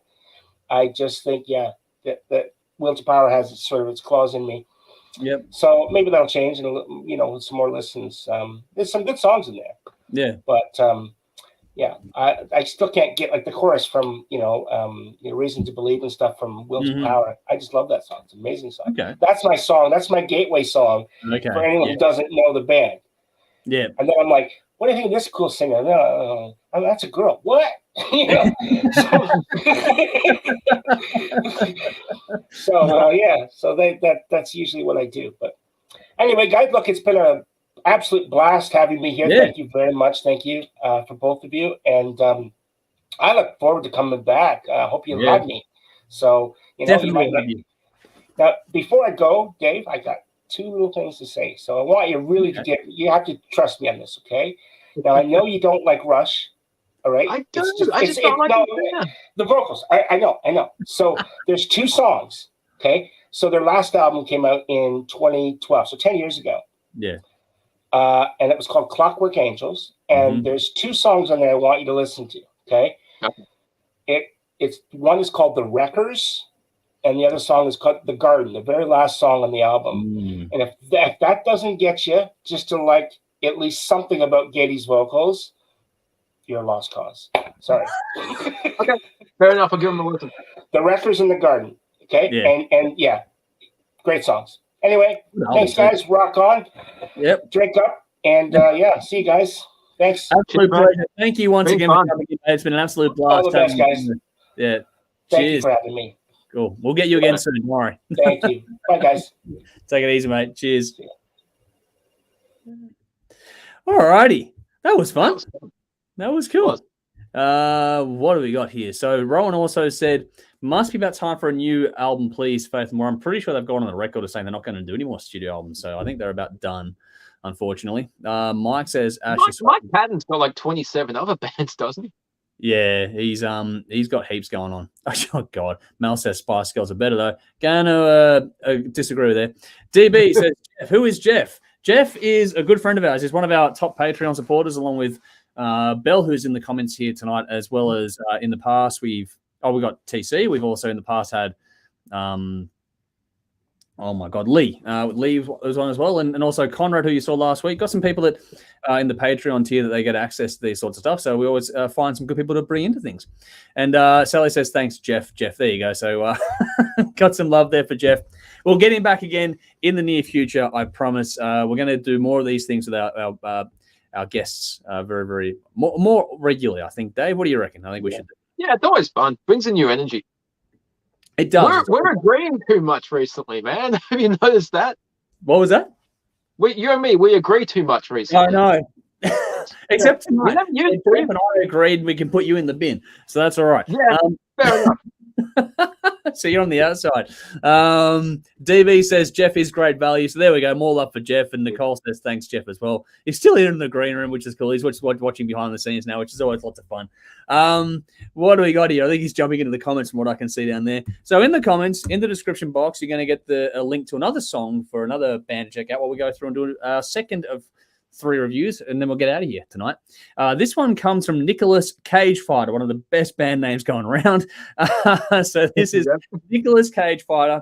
The reference track for you all to check out is Compound and Fracture, which is the newest single or video from it. Before we get stuck into that, Jeff has gone. It's just great to go on YouTube. It was an absolute honor to be on the show. Thanks, guys, and all the watchers. Had a blast. You are most welcome. Thank you for joining us. It was absolute blast. Rowan says something like 4:30 to 7:30 a.m. in Canada right now. Well, he is in Melbourne currently, so I don't know what time it is in Canada personally. But yeah, Darren says another great guest. Cheers, Jeff. So there we go. More love for Jeff coming through. Keep it coming, folks. Give him some love. Make him feel welcome. But yeah, like I was saying before, in the comments, in the description box, you've got Nicolas Cage Fighter with Compound and Fracture. Well, we get stuck into this week's Aussie review. This is Nicolas Cage Fighter with The Bones That Grew From Pain. 10 tracks for 37 minutes. The debut album from the Ballarat band, released July 2022 via Metal Blade Records. Produced by the band with engineering done by Kyle Blomley from KB Audio in Ballarat. 2 singles have been released from this in Shrine of Wire and Compound and Fracture. This comes after the band released their Cast You Out EP in 2021. And we've got to thank the label for sending this one too, but also another Patreon supporter of ours in Daniel for making sure we got fully aware of this one. So he was the one that pushed for us to give it the time it deserves, both here in the stream and also on TV. We gave it a bit of a spin on TV as well. Now, it's funny because in this week, of all the albums I thought Dave would struggle with, I thought Faith No More would be down the bottom of the pile. I thought this might be one you'd struggle with more, but let's see how you go. How'd you go with it, Dave? I might surprise the hell out of everyone. Look, yeah. I knew right from the start I was going to have to ignore the vocals. Yeah. I knew, the growling stuff isn't for me, as we've covered in previous weeks. No surprise.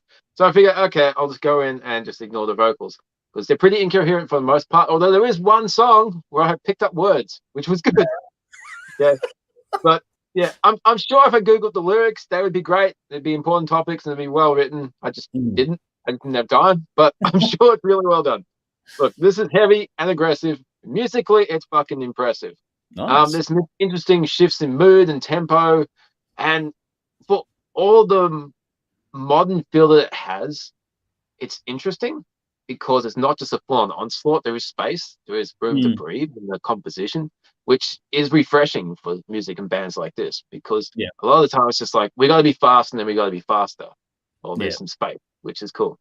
And there was a lot going on with all the instruments and everything is really clear. Single up trace, up bass or drums or whatever you want to when you're listening. It's all captured and mixed really well. So production. I love the mix on this one. I love the mix on this. Really well done. As Andrew covered, fucking great name for a band. But yeah. It suits the style. Like for that band, for this style of music, it's brilliant. Yeah, it does fit. It suits. And vocally, it's just not my style, but that's just personal taste. But yeah, you can't deny the talent in this band. So if you like the heavy stuff with the growling vocals, and definitely check this band out because they're well worth your time. I gave it 7.5 out of 10, and my standout was The Bones That Grew From Pain. Nice. Not exactly sure what that means, but it sounds cool. I'd actually be curious to see what Original Tim thinks of this one. I would love to get his. I know he couldn't make it tonight, but I would love to get his input on this particular album. I thought it'd be fantastic. But anyway, if you want it heavy, you come to the right place. This is pretty blunt, pretty intense from start to finish. There are some moments on this one, though, particularly in the opening Grey Eye, that I think Slipknot fans will enjoy on this one. There are some definite crossover moments there. Not all across it. It's just little bits and pieces here and there. It's just a little bit of a gateway point. From start to finish, what stands out to me in particular was the way they used groove and tempo across this one to really bring swing and impact to the songs. There are some really cool breakdowns as well. And there's great intensity on this one. This just punches all the way through, but it's so well put together that it's not one of those bludgeoning ones where after, a half dozen songs, you're like, fuck, really? This one is just a joy to listen to, actually. It's really comfortable to sit into. You got to give a shout out to the production on that because it's hard hitting, but there are some great headroom left on this one. It's not clipping. It's actually got some really good depth and space, and it's allowed to breathe, which is really nice. You got great organic tones across this one as well. Not a lot of tricks going in, but the balance is perfect on this one. It's clean, it's clear, it's easy to listen to. It doesn't lose anything of its punch and impact though. So the detail that's gone into the mixing of this really has served this album so well. And what's cool about it too is how organic it is. Like, it doesn't sound, a lot of these bands when they do the heavier stuff and it all just sounds crunched. This actually sounds incredibly organic for the style of music. It's so well done.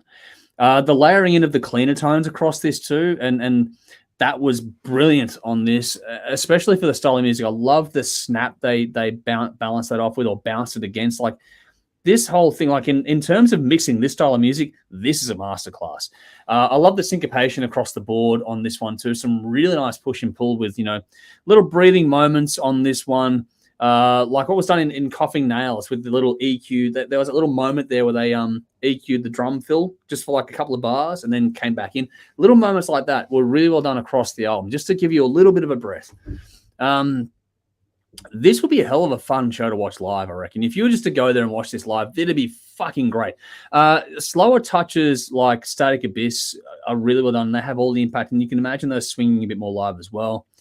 And the different use of vocal pitch or frequencies in that song in particular as well with Static Abyss, but there's others too on this one. It's really impressive, and it brings different flavors to all these songs so that it keeps it moving. There's no clean singing, but there are still different flavors and different impacts to each song across the board here. And there's lots of little things too, like there's space and hum on the toms in the title track in this one as well. That was really nicely done as well. Even if you're not huge into the genre, I think the mix alone could be a gateway point to this one. It's a lot easier to listen to than you might expect. Sorry. Great attack, great weight to the lyrics too. I like the lyrics on this one. Nothing about this is backwards and coming forwards. There's good topics covered off in this one. It's well put together. And there's some more sort of black metal touches toward the end of the album, and that's really well done too. Like, it's funny how in Heretic's Vow, they're leaving in of that little sonic that sounds like a creepy piano. I think it's something to do with the frets on the guitar, I think. But there's this little harmonic thing in there which sounds like those creepy piano moments from, those little just 3-chord dissonant or 3-note dissonant chords from things like The Exorcist, for example, going back to the old school horror stuff. It just works so well. It's there for less than a heartbeat when it comes through, and it's such a subtle thing. You can only hear it on the deep listen, but fuck, it works well. If you're not a fan of the genre overall, I don't know if this will completely win you over, but if you enjoy this style, this is damn impressive. It's heavy, but it flies by. Really easy to take in, incredibly well put together. From top to bottom, as far as I'm concerned. This is great writing, great performances together, fantastic mix. What more do you want? Really worth your time. I give it an 8.5 out of 10. Shrine of Wire, Coughing Nails, and The Bones That Grew From Pain. So you and I both crossed over on the standout track there. So this is a really cool album to check out. So let us know what you think out there, people, when you give it a chance to see what it does to you. What do we got? Conrad says, keen to come on ASAP, especially for the new Megadeth record once it comes out. Definitely get you back for that one, mate. We'll definitely get you back for that one.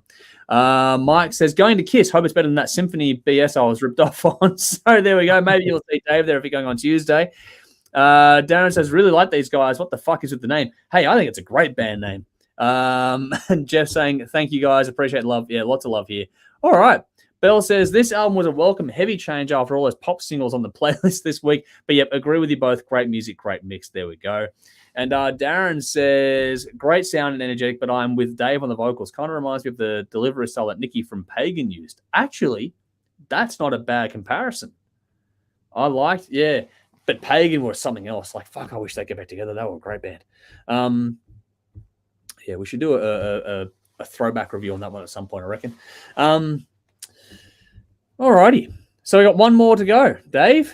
One more to go. And it's the latest. So our sort of main event, quote unquote, for the evening is going to be the latest from Arch Enemy. So in the comments, in the description box, this is a brand new clip as well. This is Arch Enemy with The Watcher. That is your reference track for the new album we're going to talk about in just a second. It's in the description box as well, just in case you can't find it in the comments. But Conrad is saying also, I hope to bump into you on Tuesday at Kiss Day. So there we go. If you say, sweet, keep an eye out. Yeah.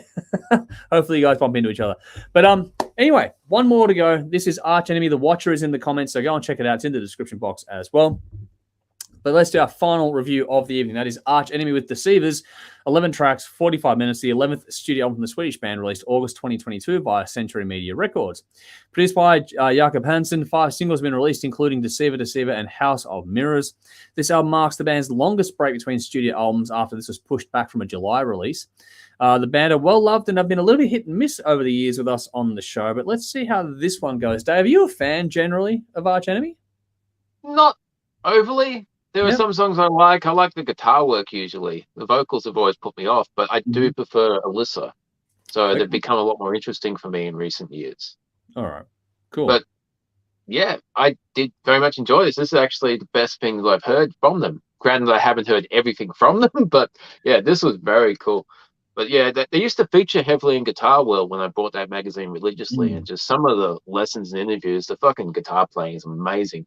Yeah. But yeah, Alyssa, she's got a great vocal delivery. It's brutal, but it's very coherent. You can hear every word she's saying, but she also just gives it like rattling the depths of hell. Yes, it's fantastic. When it's done well, it's fucking great. The guitar work and song composition is always going to be the standout thing for me with these bands. The solos are fucking amazing, and there's interesting changes throughout all the songs. In the Eye of the Storm, there's just this excellent harmonized solo. And there's a few little notes here, and there's not strictly all harmonized. There's a few little bends here and there that just are left to ring a little bit longer. I thought, no, you don't have to be so anal about it. It gives it a bit more breadth and depth. Yeah, because you like so clinical and cut to grid and everything. It's just like it breathes. Old school. Make it organic. And considering how heavy this is, it's good to have that old 70s loose feel. Yeah. And there's some flanger in that song. I'm very It wouldn't be a stream without you mentioning that. It wouldn't be. The Watcher, that has a nice sudden shift in tempo and feel. It just kind of came out of nowhere. It's like, bang, okay, now we're doing this, but it does. It's not jarring. It's very cool. It's got engaging lyrics, and Poison Arrow, that has some very cool lyrics. I'm just like, hey, this is an interesting story. I like this. And then there's a 90-second little instrumental towards the back end of the album called Morning Star. It's about Mourning, Morning Star. Yeah. But that was a cool title, and that's a really nice mood in the guitar tone, and that was very, very nice. I'm going to steal that patch. That's cool. But yeah, the guitar phrasing on that little solo, that was very cool. And Sunset Over the Empire, the gang vocals in that'll be fucking great in festivals. You get the whole crowd just sing along with that. And there's a very cool whammy bar dive. It's like, yes, dive bomb. But yeah, fucking solos throughout this are amazing. It's a very dark listen. It's not just in theme, but in chord choices and note choices. Pretty sure it's not just power chords. I think there's a lot of diminished and suspended chords in there. Yeah. When they completely nerd out with what they're doing. But it's not an album for like summers and barbecues and all that type of stuff. It's a gloomy, cloudy day album.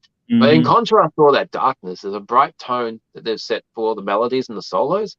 So you've got the heavy, chunky, dark chords, and you've got the brighter single notes, which is a cool contrast. It balances things out nicely. I don't think this is an album you're going to grow tired of anytime soon. I think with each repeat listen, you're going to find a lot more to love. This is definitely a very, very well written, recorded. Easy to repeat spin too. I thought it was just easy to play around. Yeah, fucking great album. It's definitely going to grow on you. But I give it 8.5 out of 10. That might even go up by the end of the year. Yeah. So it's Deceiver, Deceiver, In the Eye of the Storm, Poison Arrow, Morning Star, and One Last Time. It's a fucking good album. Nice. I'm like you. I've listened to a few of their albums, but not a huge connoisseur or anything like that. It's one of those bands where I've liked what I've heard, but it's not been one of those things I've gravitated towards probably until now. I got quite the pleasant surprise with the clean vocal with the opening track, Handshake with Hell. When that came out as a single, I was like, what the fuck?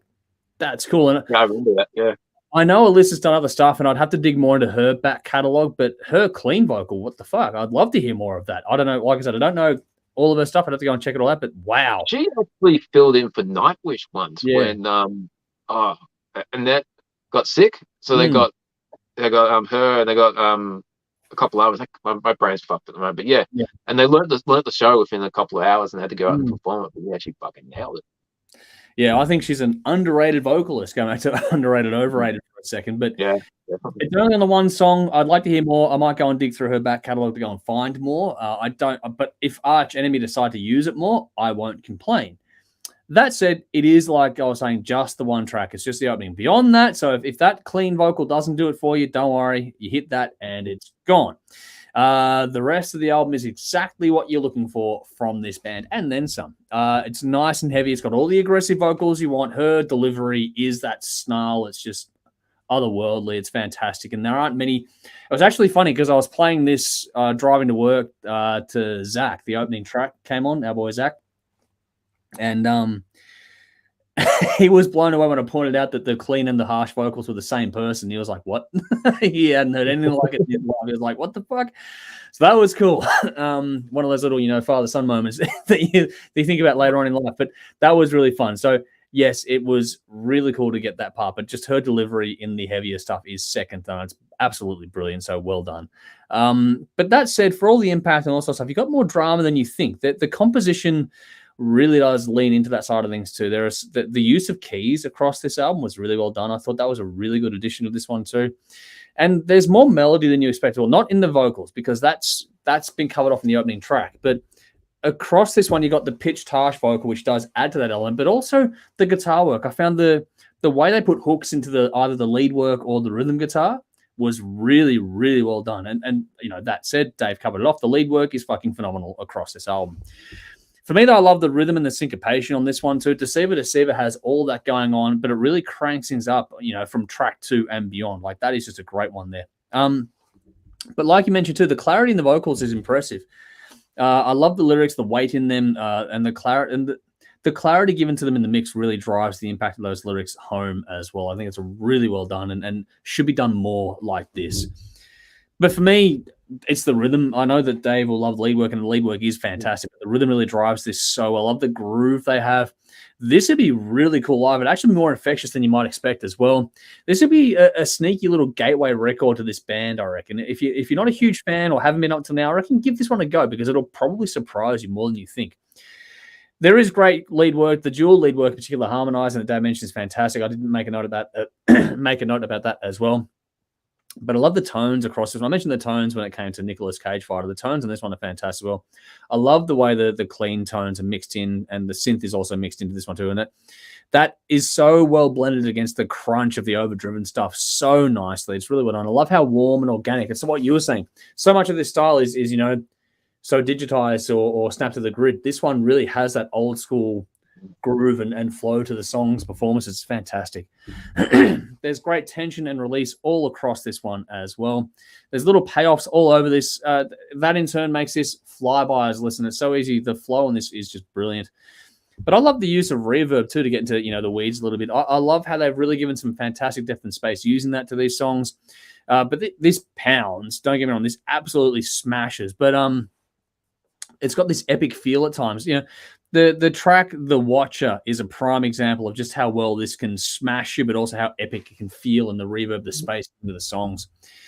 Like I said before, I love how they've got hooks in this one, hooks that you don't expect. Like you got the guitar work being the anchor point for that, but that helps these songs stay with you. It keeps coming back for more than just one listen as well.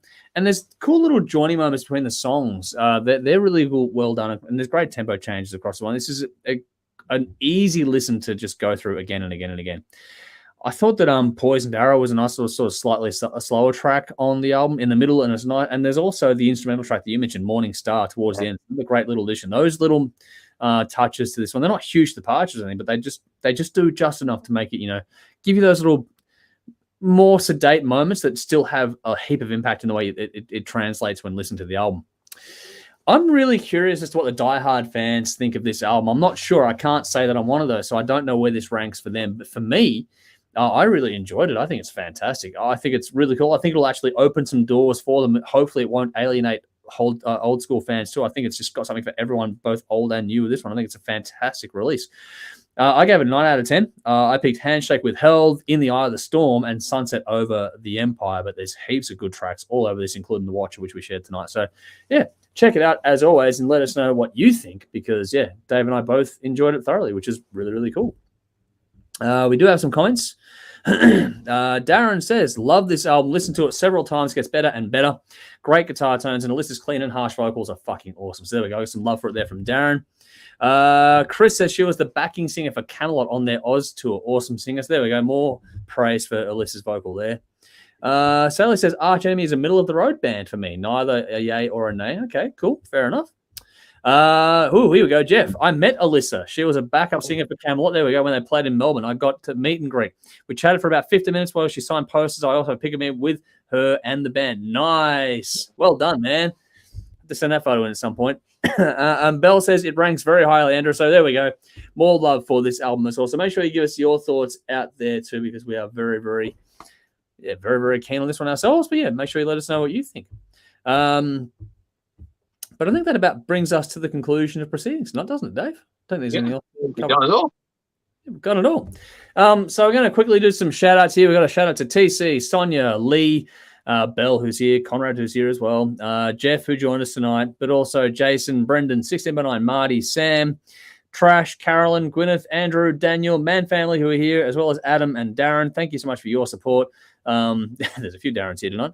But thank you all so much. If you want to help us out, then check out our Patreon page. The links are in the description box. But also check out our fantastic sponsors in Squidding, Strip Printing, Old Cult, and Rockstar Finance. Their details are in the description box as well, just like ours. So make sure you find us and follow us on your social platform. Check us out on TV as well. We are coming up very, very soon, 10:30 local time, Thursday nights on Channel 44 in Adelaide and 10:30 local time in Melbourne.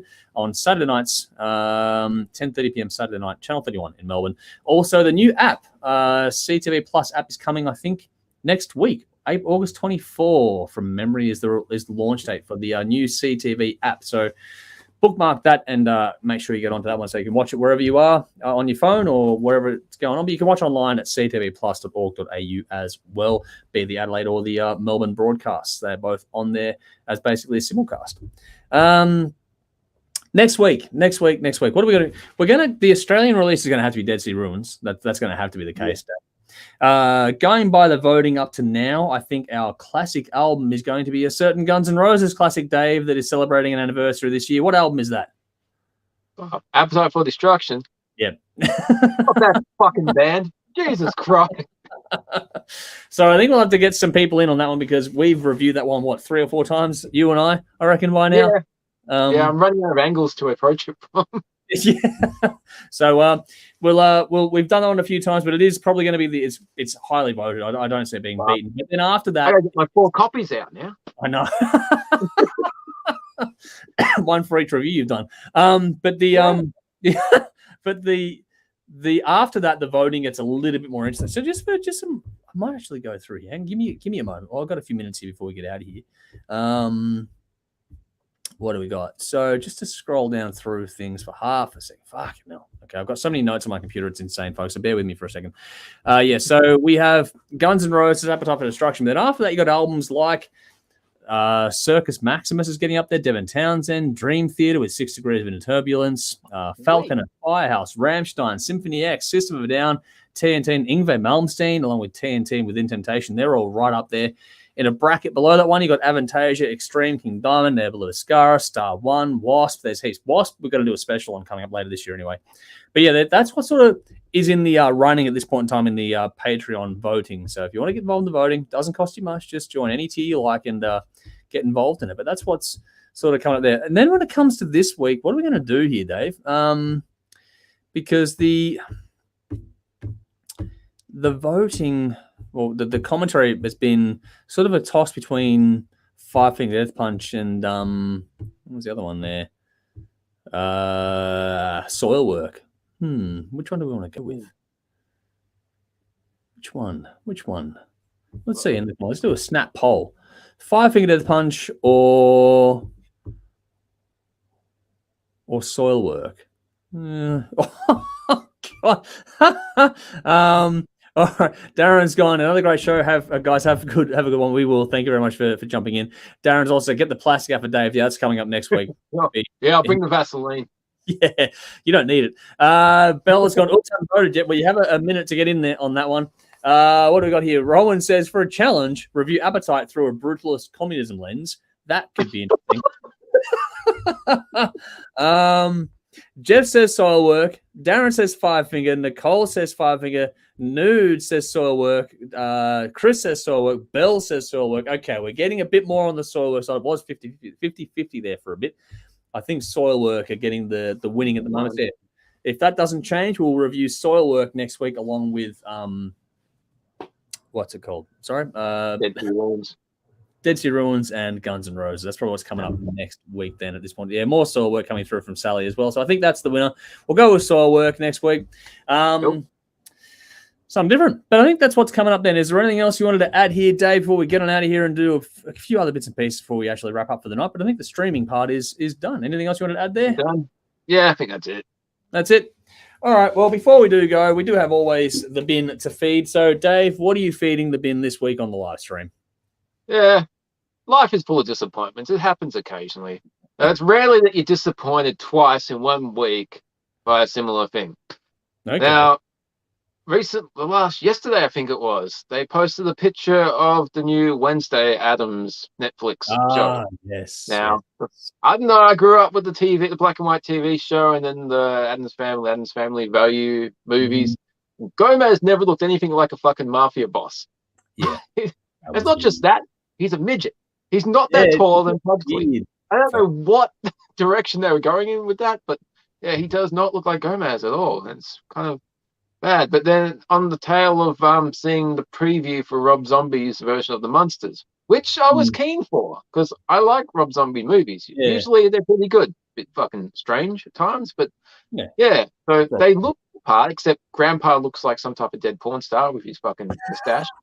But yeah, but they got the look. But I don't know what they're doing with the stuff in the preview because I don't know what the story is, but it doesn't appeal to me at all.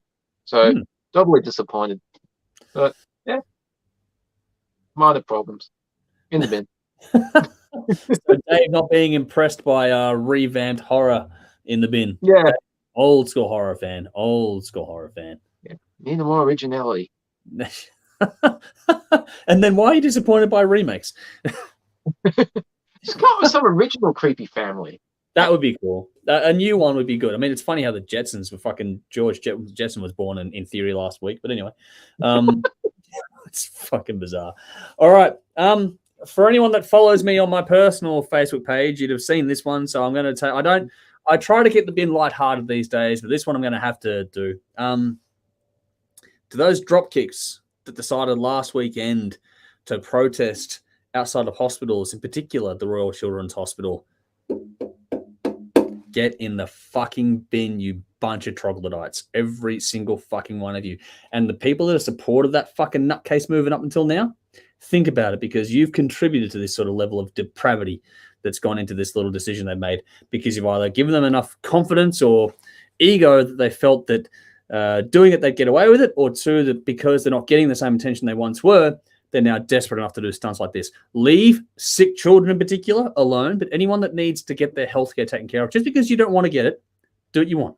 Leave other people alone to get what they need for their life. If you protest outside of a hospital, fuck off. Get in the bin and stay there for all time, as far as I'm concerned. Not on.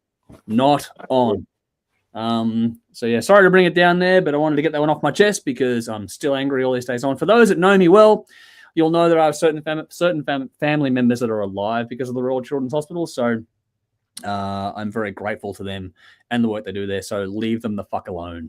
The last thing people going through those things, and Dave, you've got some experience too. The last thing anyone needs in those families are going through the worst time of their life right now.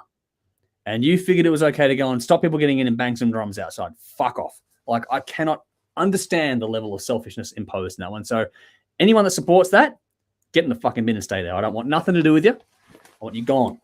That's it. So that's my point of view on that. My personal point of view. But I agree. 100%. Yeah, I just can't get my head around it. I don't know why you do that, but hey, what do you do? So yeah, sorry to be a bit of a Debbie Downer there at the end, but we'll move on and we'll do some more fun stuff next week. We are getting some more votes here. Rowan's gone 3-finger dirt work. A compromise between the two. We'll do a mashup. We'll do one of those mashups between the two bands. Vinny's gone, how about a good old-fashioned Christian rock band, Thorns for Jesus? You haven't seen our Striper stuff, obviously, with Dave. Don't feel the fire. Don't feel the whole fire. Mike G says, sweet show, boys. Thank you for tuning in. Hopefully you enjoyed it, or glad you did anyway. Rowan says, it's Tim Burton. He's going to make Wednesday weird. He makes everything weird, Tim Burton. He is very good. Vinny says, one for the bin, wiping your ass and you still have more in the chute, unless I'm a brown crayon. Let's just say that's a shitty situation. So sucks. What do we got here? Sally says, in the bin, dodgy, unaccountable, self-righteous politicians. There are plenty of those going on at the moment, especially one for Prime Minister. Jeff says, Andrew's mic drop moment, bravo. Thank you for the kind words there. Darren says, totally agree. For fuck's sake, leave the kids alone. Yes, very much there. I can't stress that enough personally. Man's Family says, thanks again. Great show. And Nicole says, great show again. Thanks, guys. You're more than welcome. Thank you all for tuning in. We will see you all again very, very soon. Same time, place next week. We're also on telly, and we've also got some other stuff coming up too. So make sure you keep following, and we'll have more for your enjoyment, quote unquote, in the near future. But until next time, I'm Andrew. I'm Dave. As always, drink up and rock on.